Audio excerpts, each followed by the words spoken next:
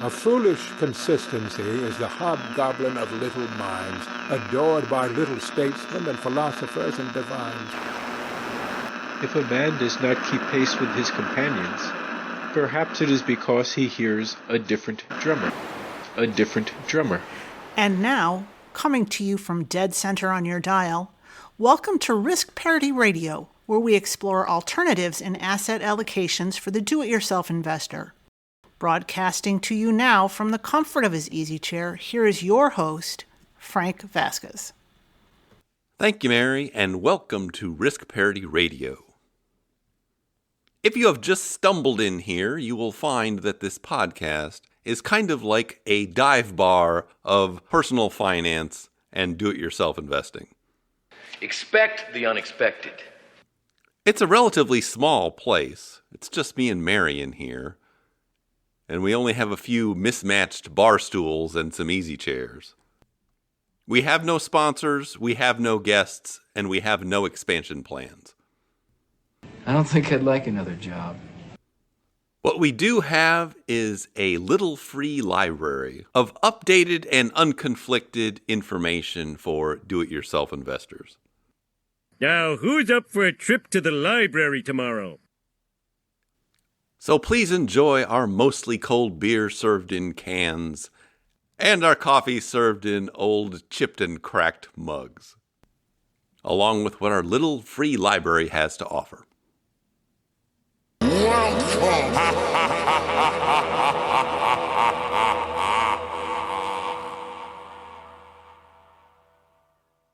But now onward, episode 449. Today on Risk Parity Radio, we're just going to do what we do best here, which is attend to your emails. You keep using the word. I don't think it means what you think it means. But before we get to that, we have a little announcement. Our new website is up and running.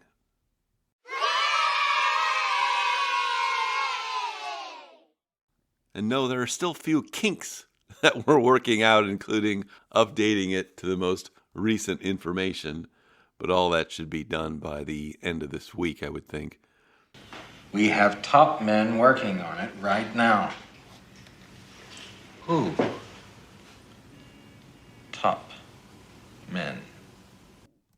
I want to thank you all who sent in comments. We did try to incorporate most of them, at least the ones that weren't conflicting or otherwise too difficult to deal with. Not going to do it. Wouldn't be prudent at this juncture. But of course, my biggest thanks goes to Luke, our listener in Quebec. Parce que vive le Québec, puis je me souviens. Who has really done yeoman's work in improving this thing. And hopefully it will be very good and more useful going forward. Just clap!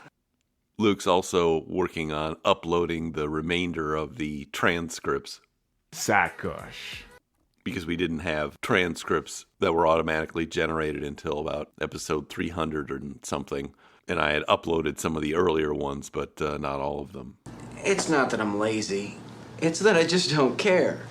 But hopefully they will all be uploaded, because that will also be searchable on the website, in addition to the names of the podcasts and the show notes. I do invite more comments, but not right away. Just clap! If you would wait at least about a week until we take care of all the obvious things that are wrong that we've spotted. Wrong! No, Wrong! Then we'll take comments. And you won't waste your time commenting on things that are already fixed by the time you send in your comment. Just clap! And please send those comments to frank@riskparityradio.com. The email is frank@riskparityradio.com. I prefer you not send the comments through the chat thing on the website, because it's too complicated to pull them out of there, at least for the purpose of this. But now, without further ado... Here I go once again with the email. And... First off, I have an email from Nick. meet Nicky. Hello, friend. It's his first day in New York City. You crazy! And Nick writes, Hi, Frank. I'm a longtime listener of Risk Parity Radio, and I wanted to start by saying I was happy to make a donation to the Father McKenna Center. Yeah, baby, yeah! I'm glad to support a cause you've highlighted on the show. I also wanted to send a proper thank you for the podcast. Your clear, evidence-based approach has been an incredible resource and has fundamentally changed the way I think about building a portfolio. In a world full of financial entertainers, it's refreshing to hear someone who simply sticks to the data. From you, Data, you are fully functional, aren't you? Of course, but... How fully? In every way, of course. I am programmed in multiple techniques. We're in our mid-30s and are about 70% of the way to our FIRE number, largely thanks to a high savings rate where we've been able to max out all of our retirement accounts, 2 Roth IRAs, 2 403Bs, and 2 457s. Smokin'! My wife plans to leave her job in the next few months, which means our savings rate will drop significantly. And it's gone. Poof. We'll likely only be able to max out our 2 Roth IRAs and my 457 going forward. We are currently in a traditional high equity accumulation portfolio. Our goal is to retire in the next 5 to 7 years, so we will be relying more on portfolio growth than new contributions to get there.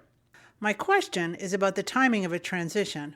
From a theoretical standpoint, does it make more sense to switch to a risk parity style portfolio now as we enter this new phase of lower savings? Or is it better to stick with the higher growth potential of an equity-heavy portfolio until we are much closer to our final number? I'm trying to wrap my head around balancing the need for growth against the increasing importance of capital preservation as our portfolio becomes a larger part of our net worth. Thanks again for everything you do. Best regards, Nick. Never doubt my skills. Little Nicky. Oh, yes! I mean, woof, woof. Well, first off, thank you for being a donor to the Father McKenna Center. As most of you know, we don't have any sponsors on this program. We do have a charity we support. It's called the Father McKenna Center, and it supports hungry and homeless people in Washington, D.C. Full disclosure, I am on the board of the charity and am the current treasurer. But if you give to the Father McKenna Center, you get to go to the front of the email line. Excellent! There are 2 ways to do that. First, you can go directly to the Father McKenna Center donation page and give on the website there. Or you can go to our support page at www.riskparityradio.com and become one of our patrons on Patreon and give monthly that way. Either way, you get to go to the front of the email line, but make sure you mention that in your email, because otherwise I may have difficulty flagging it. I just stare at my desk, but it looks like I'm working. Just a couple more notes on the Father McKenna Center. We did, in fact, get to the top of the T-shirt in our Top of the T-shirt campaign, and I just got a little mock-up of the T-shirt that we're going to be using for the walk, at least the back of it. I will see if I can post that to the support page at www.riskparityradio.com so you can check that out.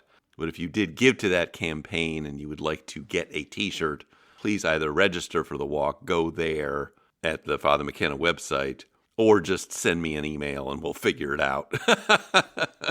Because I know most of you are not local and will not be able to attend the walk or anything else in D.C. One of the strengths and positive attributes of the Father McKenna Center is that it involves a lot of younger people, both high school, college, and shortly thereafter. And one of our young staffers, Abby, was interviewed recently about what's going on in D.C. and the Father McKenna Center. And I will put that little clip of her talking about it at the end of this podcast so you can check that out.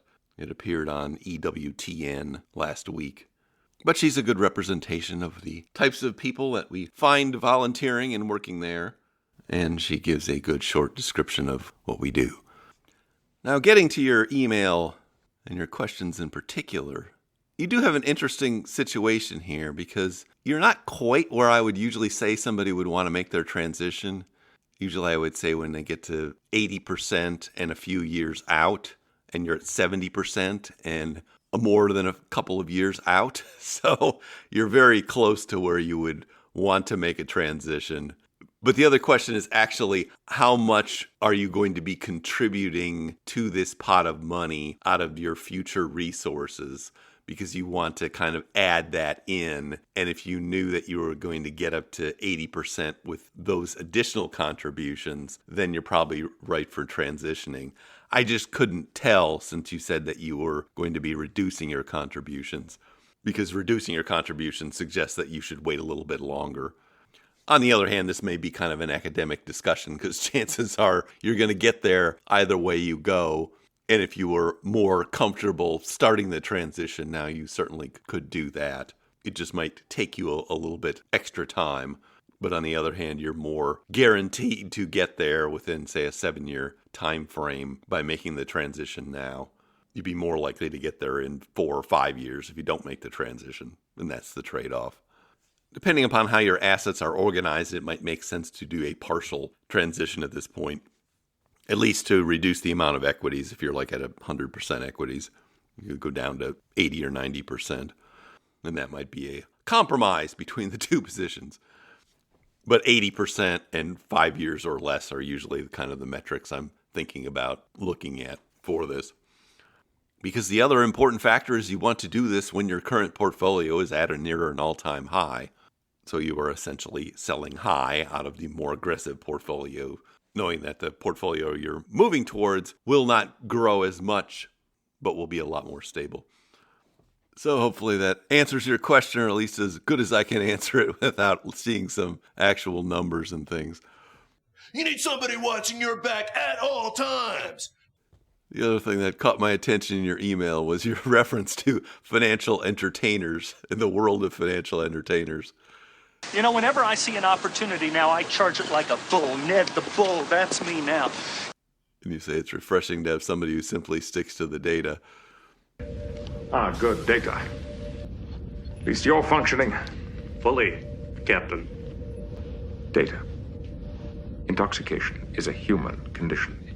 Your brain is different. It's not the same as... We are more alike than unlike, my dear Captain.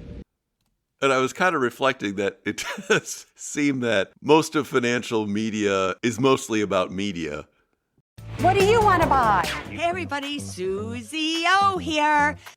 Including people who are ostensibly doing personal finance related topics, because they seem to eventually gravitate towards their sponsors and some pat answers that they repeat. And they do not seem to be very interested in updating their knowledge base with respect to finances. I'm a grumpy old man. I don't like everything the way it is now compared to the way it used to be. So you get a lot of financial media personalities who are promoting robo-thingies or various financial advisor networks. If you followed all the instructional material, you just set it and forget it. The new rage is promoting all kinds of calculators, I think. But what always tips me off is that they're more interested in media than they are in finances, is when they say things that are obviously out of date. A popular one is this bad penny that keeps showing up where people say, well, you should hold your stock bond allocation based on your age, or 100 minus your age, or some nonsense formula like that. Are you stupid or something? Stupid is, stupid does, sir. That's an idea straight out of the 1990s that never really had any credence. And so if you're repeating something like that today as a financial media personality, you might as well drop the finance and just call yourself a media personality, because that's what you're doing. Can I Afford It has been gamified, which means you're going to get to listen to the caller. You're going to say, show me the money, to yourself anyway. And then you're going to get to approve or deny it. On the other side, I've found much of personal finance is fixated more on the personal than the finance. And when I say personal here, it's generally fixated on psychology. You know, I got friends of mine who live and die by the actuarial tables, and I say, hey, it's all one big crapshoot anywho. Basically, what's going to go down easy. A guy don't walk on the lot lest he wants to buy. And you see this in two different places. In the traditional personal finance realm, and all these books written by famous bogleheads 20 years ago and things that follow along with that, there's this obsession with simplicity.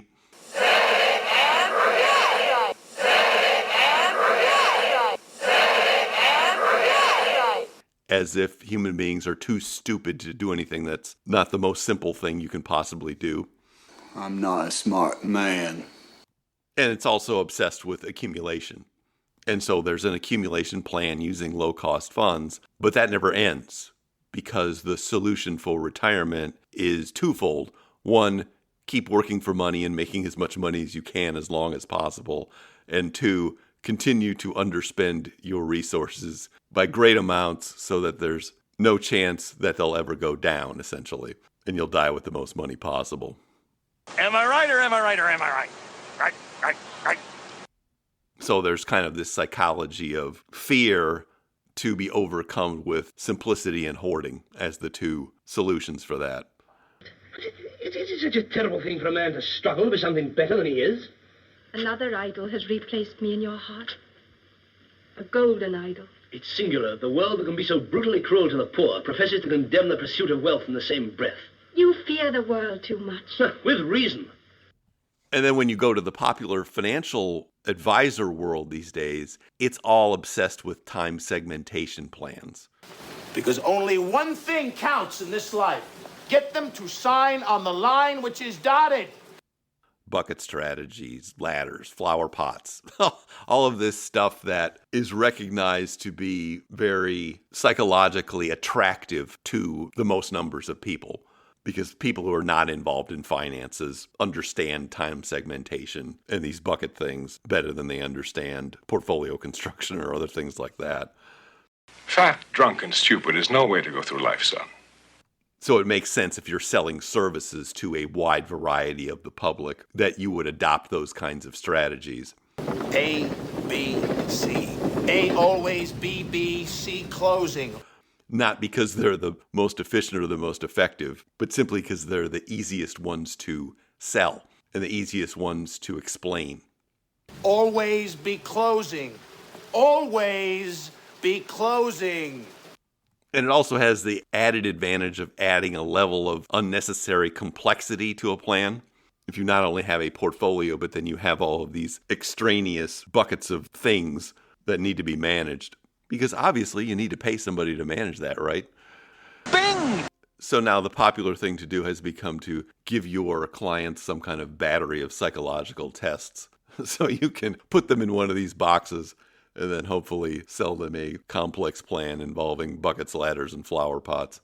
Even though the data shows you that rearranging the lollipops on the Good Ship lollipop does not make them taste any better. Good ship lollipop, it's a sweet trip to a candy shop where fun's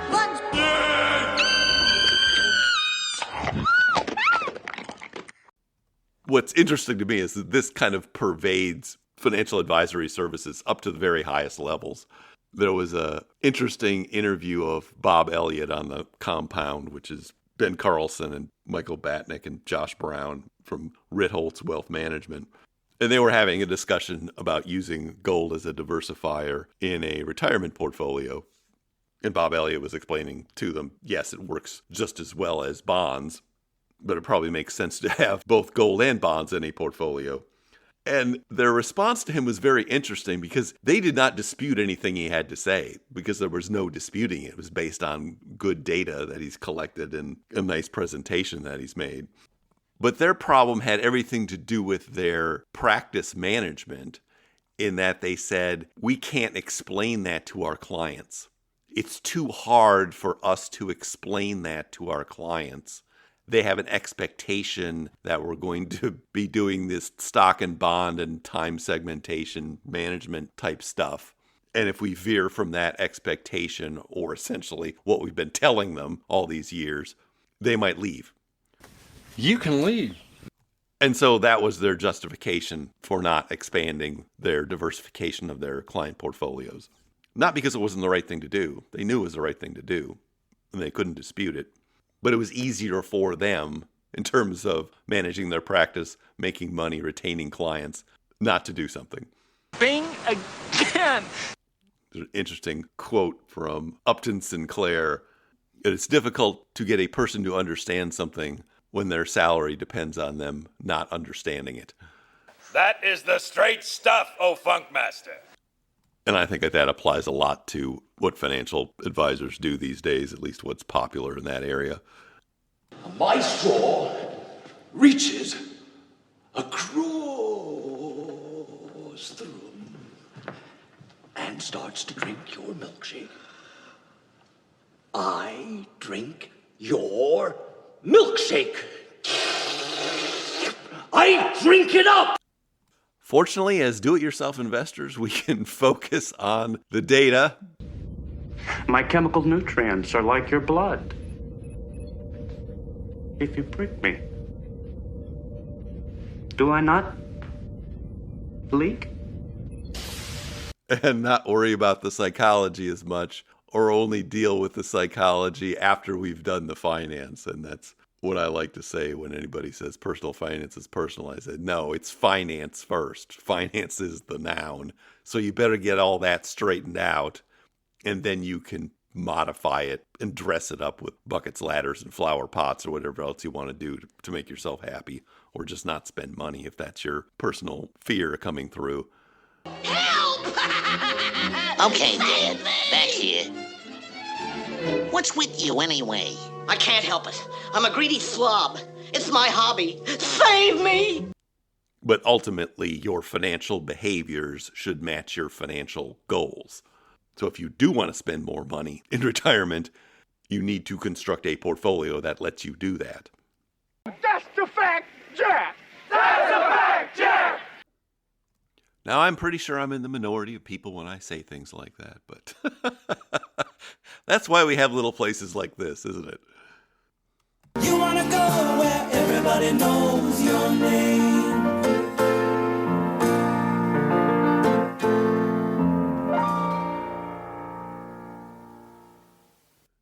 Anyway, thank you for stopping by our little dive bar.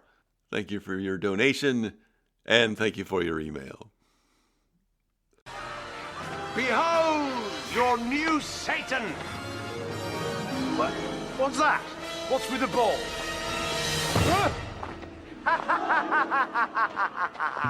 Artie? Holy shit. No!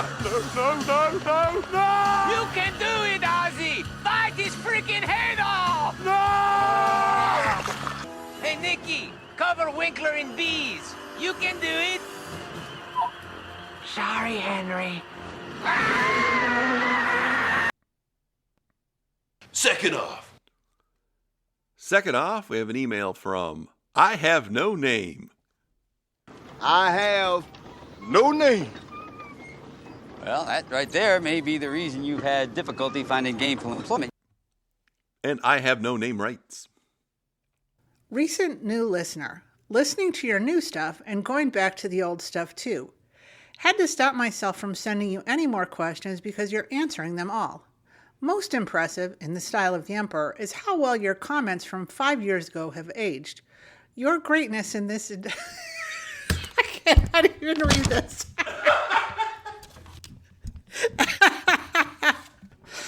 Your greatness... Do these people know I still have to live with you? Your greatness in this endeavor will echo for a very long time into the unknowable future. Thank you. Your greatness in this endeavor will echo for a very long time. Mary, Mary, I need your hugging.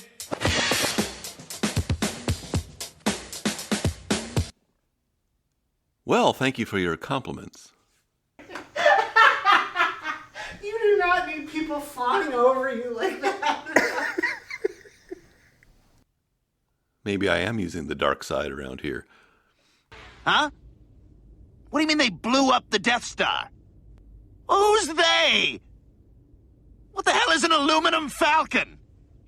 I really only have two things going in my favor with respect to that, however. One is just the recognition that history doesn't repeat, but it rhymes, which means that you get cycles of macroeconomic environments. And sometimes they trend towards more growth and more inflation, and sometimes they trend towards less growth and less inflation. But we've seen these things in the past. We know what kinds of assets perform in each kind of environment, and we have past data and base rates to go by for that.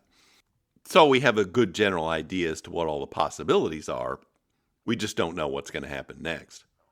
And that's my other secret, is The crystal ball I use always says the same thing. We don't know. What do we know? You don't know. I don't know. Nobody knows. And I find if you can resist the temptation to try to predict things too much, whether those things be stock markets or interest rates or any other economic phenomenon or any other political phenomenon that might affect economic realities, you're probably going to be better off that way. At least you're going to be less wrong. And that's what we're really trying to do here, is just be less wrong. Because if you can be less wrong, you'll be successful. I see too many amateurs just asking the wrong questions. And the wrong questions always have the words like right now or current conditions attached to what should I invest in, or is this good or this bad in this time frame. And if you're asking questions like that, you are essentially asking somebody to make a prediction.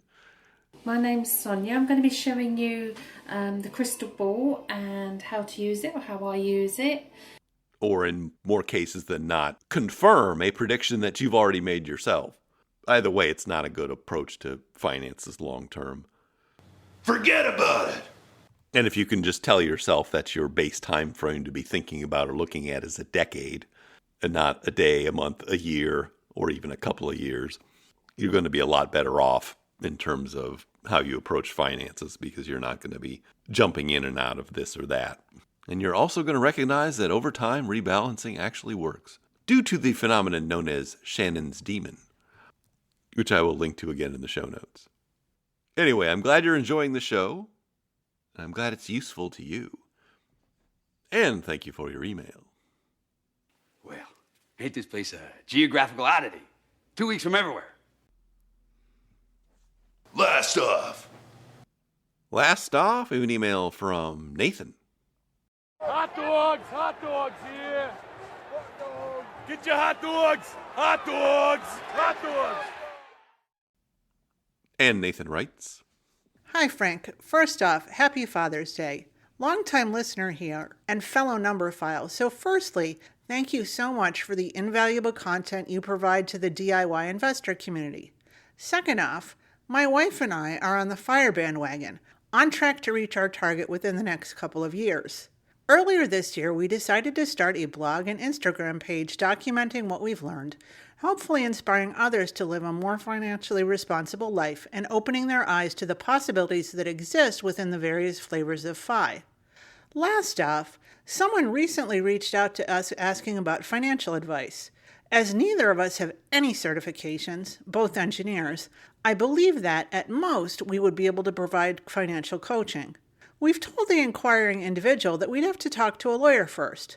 Considering your law background and current financial coaching offer, would you be willing to send us a copy of the contract that you use for your own coaching sessions? I'm sure it would be very helpful to have as a reference for when we speak to our own lawyer. Thanks again for sharing all your knowledge. Best, Nathan. Well, happy Father's Day to you, too. You can see we're only about 2 months behind here.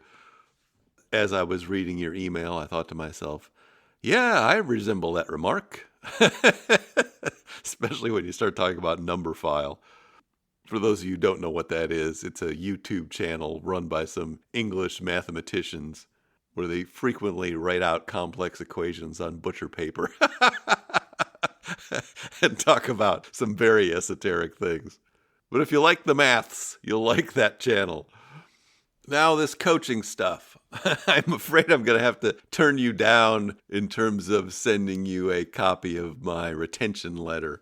Mostly because I don't want it to look like I am providing you with legal advice.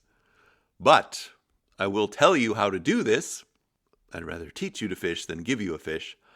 The way I approached this was to simply go online. There are plenty of financial coaching sites with various templates for these kinds of retention letters, with all of the good language in them explaining what you are and what you are not, and that you are not going to be handling anybody's money. So what I did is I took some of those and then added some more language about confidentiality and things that I thought was appropriate. But if you do that and then take it to a lawyer to have a look-see, I think that will probably be sufficient for your purposes. And for those of you who are wondering, yeah, I do some financial coaching by popular demand. mainly because people goaded me into it on this program.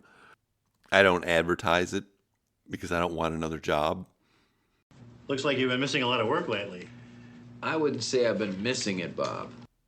So I only mention it on this program when somebody brings it up to make sure I have very few takers, as in one a month is kind of my goal for this. I do charge a substantial amount of money, meaning $300 an hour for a 2-hour minimum, which mostly ends up at the Father McKenna Center anyway, as you can imagine. But if you're interested in that, you need to send an email to frank@riskpartyradio.com, and we'll go from there. And hopefully there won't be anybody or more than one person who's interested in that at the moment. So are you going to get another job? I don't think I'd like another job. My other advice to you is do not start blogs or Instagram pages or any other kind of media unless you get some kind of joy out of creating whatever you're creating, as I do when I'm editing these podcasts. You are talking about the nonsensical ravings of a lunatic mind. Because after you're financially independent, if you're not enjoying what you're doing, you shouldn't be doing it. And if you're only doing it for money and not for the enjoyment, you probably shouldn't be doing it. But I do hope you enjoy your further creative endeavors, whatever they are. Yes! And thank you for being a fellow traveler. And thank you for your email. But now I see our signal is beginning to fade. I've officially amounted to jack you squat.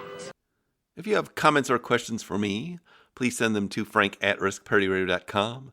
That email is frank@riskpartyradio.com. Or you can go to the website, www.riskpartyradio.com, put your message into the contact form, and I'll get it that way. If you haven't had a chance to do it, please go to your favorite podcast provider and subscribe, give me some stars, a follow, a review. That would be great. Okay? Thank you once again for tuning in. This is Frank Vasquez with Risk Party Radio, signing off. And now, a few words from Abby. And for more, we are joined by Abby Hutzel. She is the media spokesperson for the Father McKenna Center. It is a nonprofit organization in the Ignatian Catholic tradition, which helps men struggling with homelessness and families facing food insecurity in Washington, D.C. First, what is your reaction to President Trump's plan to get homeless people out of Washington, D.C.? Yeah, thank you for having me. First, I just want to say that this is not the first time that we've seen the criminalization of homelessness within the Capitol, but it is the most robust plan that we've seen recently. I just want to start off by saying that homeless people are not criminals. They just cannot afford housing. Low-income housing is very hard to find within the Capitol, especially even just paying electricity bills. That can be hard to come by nowadays. So it's unprecedented, it's unlawful, and it doesn't treat them as human beings within our society. In your opinion, does moving them out resolve the crisis in any way, or are you concerned that it's just going to mask the problem? I mean, I do think that it is masking the problem. I don't think that we've seen any very concrete plans of where the homeless individuals are going to go. If they are going anywhere, they're going into more rural areas where there's less resources accessible to them by public transport, which then furthers the problem and increases just the mental, it just increases the problem overall. As far as your operations go, do you think you're going to need to expand with this latest executive order? What happens for you now? Yeah, we've already seen a vast expansion within our breakfast and lunch programs. We've had to expand our breakfast program to an unlimited amount of individuals and had to expand our lunch program by 25 people, especially within the food insecurity, because people are not able to pay for housing within the Capitol. They are not able to pay for their groceries. So we've tried to partner with other organizations, with other community members, but it just seems right now that it's hard to do so in such financial restrictions and tough times. So when he visited D.C. in 2015, Pope Francis did meet with the city's homeless. Do you know what kind of impact the visit might have had on Catholics? Yeah, I mean, it's just showing the humanity within it all. It's showing that we're all people, that we all have a common sense of good and want to do well for our community and for our country. And so it's just those simple interactions of actually listening to a person, of giving a handshake or a high five. Those are the interactions that make us people at the end of the day and that support the community around us. And Pope Francis coming to DC and showing that just outright, it enlightens people. It makes them go out and show an impact within wherever they are within the city. And tell us more about the McKenna Center. What does the organization do and how does it serve people? Yeah, so we serve breakfast and lunch to unhoused men within our community.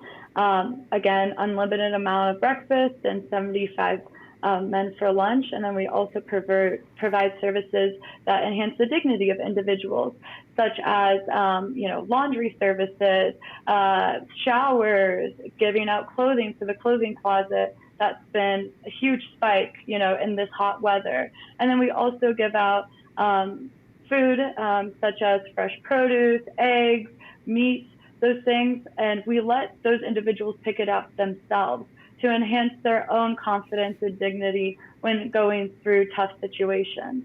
So those are some of the services that we provide, and also help those individuals receive birth certificates and identifications, things and documents that we take for granted. All right, Abby Hutzel, thank you for joining us today. We appreciate you. Thank you. Have a great day. Bye. The Risk Parity radio show is hosted by Frank Vasquez. The content provided is for entertainment and informational purposes only and does not constitute financial, investment, tax, or legal advice. Please consult with your own advisors before taking any actions based on any information you have heard here, making sure to take into account your own personal circumstances.